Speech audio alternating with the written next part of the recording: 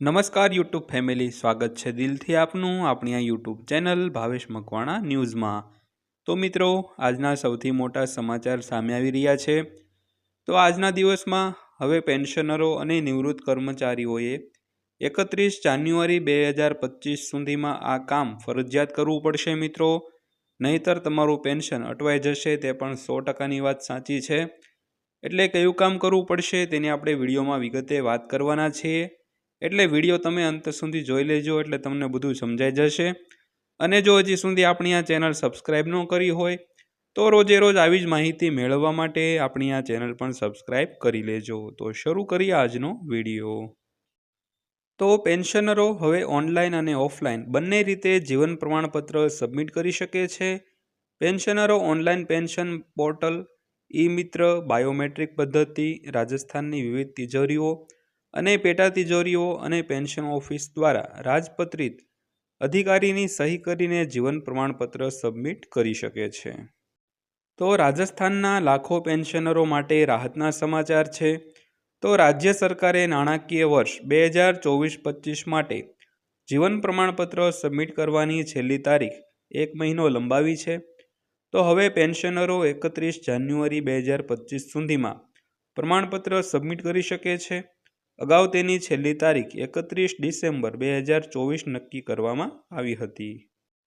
તો પેન્શનરો ઓનલાઈન અને ઓફલાઈન બંને રીતે જીવન પ્રમાણપત્ર સબમિટ કરી શકે છે। જો તમે 31 જાન્યુઆરી 2025 સુધીમાં તમારું પ્રમાણપત્ર સબમિટ નહીં કરો તો ફેબ્રુઆરીથી પેન્શન બંધ થઈ જશે। જો કે પછીથી જીવન પ્રમાણપત્ર સબમિટ કરવા પર બાકીની રકમ સાથે પેન્શનની સંપૂર્ણ રકમ ખાતામાં આવે છે। તો જીવન પ્રમાણપત્ર કેવી રીતે સબમિટ કરવું તેની થોડી વાત કરીએ। તો પેન્શનરો ઓનલાઈન પેન્શન પોર્ટલ, ઈ મિત્ર, બાયોમેટ્રિક, પોસ્ટ ઓફિસ, બેંક જેવા માધ્યમો દ્વારા તેમનું પ્રમાણપત્ર સબમિટ કરી શકે છે। તો પેન્શન ધારકો રાજપત્રિત અધિકારીની સહીવાળું તેમનું પ્રમાણપત્ર મેળવી શકે છે અને તેને રાજસ્થાનની તિજોરીઓ, પેટા તિજોરીઓ અને પેન્શન કચેરીઓમાં જમા કરાવી શકે છે। તો સરકારી અધિકારીઓ અને કર્મચારીઓ તેમના SSOID દ્વારા પોર્ટલ પર પેન્શનરોનું જીવન પ્રમાણપત્ર જારી કરી શકે છે।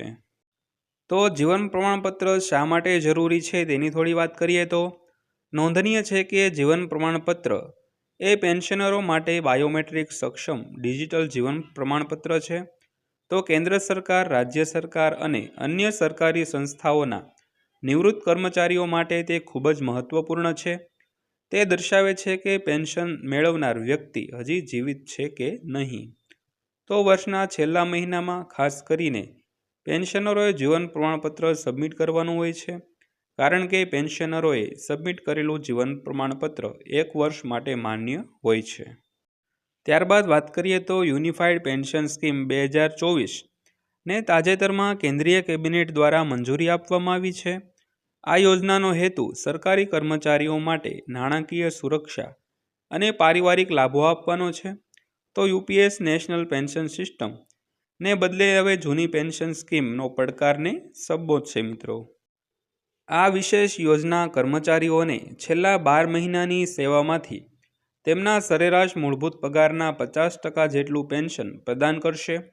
તેમાં કર્મચારીઓના પરિવારો માટે કુટુંબ પેન્શનનો સમાવેશ થાય છે અને તે 1 એપ્રિલ 2025થી અમલમાં આવશે। તો કર્મચારીઓ પાસે UPS અને NPS વચ્ચે પસંદગી કરવાનો વિકલ્પ પણ હશે મિત્રો। તો 25 વર્ષની સેવા ધરાવનારને સંપૂર્ણ પેન્શન મળશે, જ્યારે 10 વર્ષવાળાને ₹10,000 મળશે। આ યોજનાનો ઉદ્દેશ 23 લાખ કેન્દ્ર સરકારના કર્મચારીઓને લાભ આપવાનો છે, જે નાણાકીય સુરક્ષા અને ઉન્નત લાભો ઓફર કરે છે। આ સમગ્ર લેખમાં અમે યુનિફાઈડ પેન્શન સ્કીમ 2024ની પાત્રતા, નોંધણી અને લાભો વિશે વાત કરીશું। તો યુનિફાઈડ પેન્શન સ્કીમ 2024 હેઠળ લાભોની વાત કરીએ તો પહેલો લાભ છે આરોગ્ય સુવિધાઓ। તો યુનિફાઈડ પેન્શન સ્કીમ પેન્શનરોને આરોગ્ય સુવિધાઓ પૂરી પાડે છે, જેમાં સરકારી હોસ્પિટલોમાં મફત સારવાર અને વિશેષ તબીબી સેવાઓનો સમાવેશ થાય છે। ત્યારબાદ બીજા લાભની વાત કરીએ તો વીમા કવર।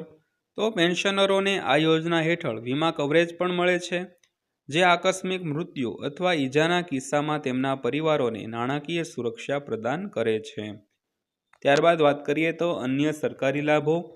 તો પેન્શનરોને વધારાના સરકારી લાભોનો લાભ મળે, જેમ કે રાહત દરે મુસાફરી અને અન્ય સરકારી યોજનાઓમાં પ્રાથમિકતા. તો યુનિફાઈડ પેન્શન સ્કીમનો ઉદ્દેશ નાણાકીય સુરક્ષા સુનિશ્ચિત કરવાનો અને પેન્શનરો અને તેમના પરિવારો માટે સામાજિક લાભ પ્રદાન કરવાનો છે. ત્યારબાદ યુનિફાઈડ પેન્શન સ્કીમમાં નોંધણીની પ્રક્રિયાની વાત કરીએ તો યુનિફાઈડ પેન્શન સ્કીમ હેઠળ નોંધણી પ્રક્રિયા સરળ છે અને તે સત્તાવાર ઓનલાઈન પોર્ટલ દ્વારા કરી શકાય છે. નોંધણી કરવા માટે આ પગલાંને અનુસરવા પડશે મિત્રો. તો સૌપ્રથમ સત્તાવાર વેબસાઇટની મુલાકાત લો અને રજિસ્ટ્રેશન વિકલ્પ પસંદ કરો. ત્યારબાદ જરૂરી માહિતી ભરો, જેમ કે તમારું નામ, સેવા નંબર અને વિભાગ. ત્યારબાદ જરૂરી દસ્તાવેજો અપલોડ કરો અને ત્યારબાદ સબમિટ બટન પર ક્લિક કરો અને તમારી નોંધણીની પુષ્ટિ કરો મિત્રો. ત્યારબાદ જરૂરી દસ્તાવેજોની વાત કરીએ તો નોંધણી માટે નીચેના દસ્તાવેજો જરૂરી છે.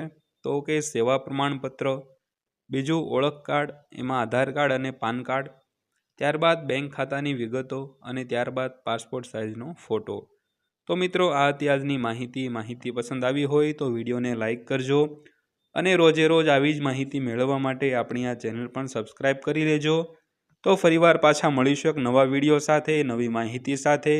ત્યાં સુધી સૌને જય હિન્દ, વંદે માતરમ.